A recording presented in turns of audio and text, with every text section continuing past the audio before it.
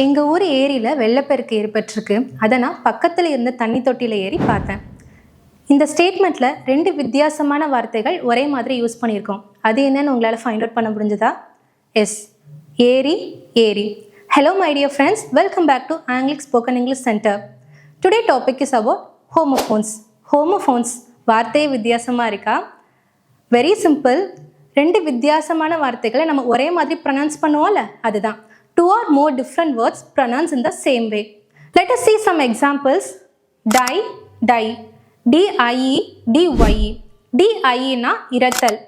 The dog will die if they are not fed well. நாய்க்கு சரியாக உணவளிக்கவில்லை என்றால் அது இறந்துவிடும். Next one, D-Y-E, சாயம். I dye my hair. நான் என் தலைமுடிக்கு சாயம் பூசுகிறேன். Okay. The next one, sea, sea.